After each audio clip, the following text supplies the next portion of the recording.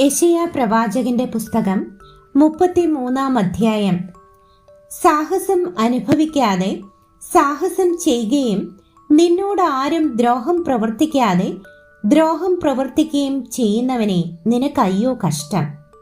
നീ സാഹസം ചെയ്യുന്നത് നിർത്തുമ്പോൾ നിന്നെയും സാഹസം ചെയ്യും. നീ ദ്രോഹം പ്രവർത്തിക്കുന്നത് മതിയാക്കുമ്പോൾ നിന്നോടും ദ്രോഹം പ്രവർത്തിക്കും. യഹോവേ, ഞങ്ങളോട് കൃപയുണ്ടാകണമേ. ഞങ്ങൾ നിന്നെ കാത്തിരിക്കുന്നു. രാവിലെ തോറും നീ അവർക്ക് ഭുജവും കഷ്ടകാലത്ത് ഞങ്ങൾക്ക് രക്ഷയും ആയിരിക്കണമേ. കോലാഹലം ഹേതുവായി വംശങ്ങൾ ഓടിപ്പോയി. നീ എഴുന്നേറ്റപ്പോൾ ജാതികൾ ചിതറിപ്പോയി. നിങ്ങളുടെ കവർച്ച തുള്ളൻ ശേഖരിക്കുന്നത് പോലെ ശേഖരിക്കപ്പെടും. വെട്ടുക്കിളി ചാടി വീഴുന്നതുപോലെ അവർ അതിന്മേൽ ചാടി വീഴും. യഹോവ ഉന്നതനായിരിക്കുന്നു, ഉയരത്തിലല്ലോ അവൻ വസിക്കുന്നത്. അവൻ സിയോനെ ന്യായവും നീതിയും കൊണ്ട് നിറച്ചിരിക്കുന്നു. നിന്റെ കാലത്ത് സ്ഥിരതയും രക്ഷാസമൃദ്ധിയും ജ്ഞാനവും പരിജ്ഞാനവും ഉണ്ടാകും. യഹോവ ഭക്തി അവരുടെ നിക്ഷേപമായിരിക്കും. ഇതാ, അവരുടെ ശൗര്യവാന്മാർ പുറത്തു നിലവിളിക്കുന്നു. സമാധാനത്തിന്റെ ദൂതന്മാർ അതിദുഃഖത്തോടെ കരയുന്നു. പെരുവഴികൾ ശൂന്യമായി കിടക്കുന്നു. വഴിപോക്കർ ഇല്ലാതെ ആയിരിക്കുന്നു. അവൻ ഉടമ്പടി ലംഘിച്ച് പട്ടണങ്ങളെ നിന്ദിച്ചു. ഒരു മനുഷ്യനെയും അവൻ ആദരിക്കുന്നില്ല. ദേശം ദുഃഖിച്ച് ക്ഷയിക്കുന്നു. ലെബാനോൻ ലജ്ജിച്ച് വാടിപ്പോകുന്നു. ശാരോൻ മരുഭൂമി പോലെ ആയിരിക്കുന്നു. ബാശാനും കർമ്മയിലും ഇല പൊഴിക്കുന്നു. ഇപ്പോൾ ഞാൻ എഴുന്നേൽക്കും. ഇപ്പോൾ ഞാൻ എന്നെ തന്നെ ഉയർത്തും. ഇപ്പോൾ ഞാൻ ഉന്നതനായിരിക്കും എന്ന് യഹോവ അരുളി ചെയ്യുന്നു. നിങ്ങൾ വൈക്കോലിനെ ഗർഭം ധരിച്ച് താളടിയെ പ്രസവിക്കും. നിങ്ങളുടെ ശ്വാസം തീയായി നിങ്ങളെ ദഹിപ്പിച്ചു കളയും. വംശങ്ങൾ കുമ്മായം ചുടുന്നത് പോലെയാകും. വെട്ടിക്കളഞ്ഞ മുള്ളുപോലെ അവരെ തീയിലിട്ട് ചുട്ടുകളയും. ദൂരസ്ഥന്മാരെ, ഞാൻ ചെയ്തത് കേൾപ്പിൻ. സമീപസ്ഥന്മാരെ, എന്റെ വീര്യപ്രവൃത്തികൾ ഗ്രഹിപ്പിൻ.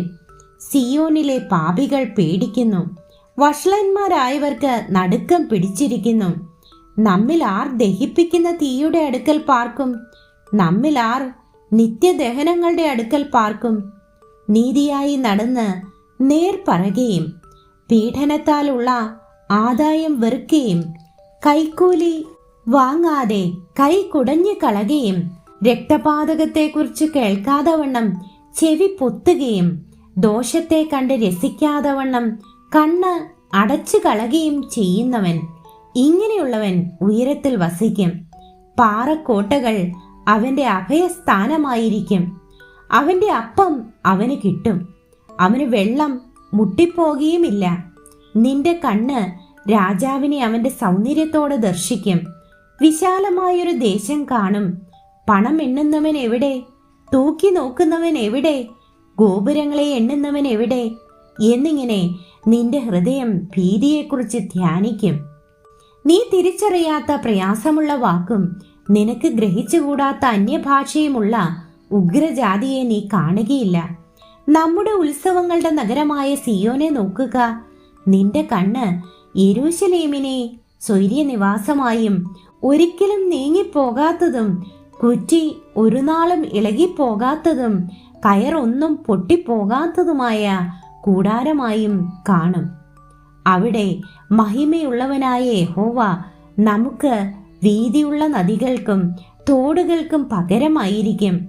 തണ്ടുവച്ച പടക് അതിൽ നടക്കുകയില്ല. പ്രതാപമുള്ള കപ്പൽ അതിൽ കൂടി കടന്നു പോകുകയുമില്ല. യഹോവ നമ്മുടെ ന്യായാധിപൻ, യഹോവ നമ്മുടെ ന്യായദാതാവ്, യഹോവ നമ്മുടെ രാജാവ്. അവൻ നമ്മെ രക്ഷിക്കും. നിന്റെ കയറ് അഴിഞ്ഞു കിടക്കുന്നു.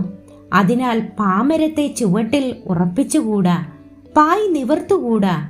പിടിച്ചു പറിച്ച വലിയ കൊള്ള അന്ന് വിഭാഗിക്കപ്പെടും. മുടന്തരും കൊള്ളയിടും. എനിക്ക് ദീനം എന്ന് യാതൊരു നിവാസിയും പറയുകയില്ല. അതിൽ പാർക്കുന്ന ജനത്തിന്റെ അകൃത്യം മോചിക്കപ്പെട്ടിരിക്കും.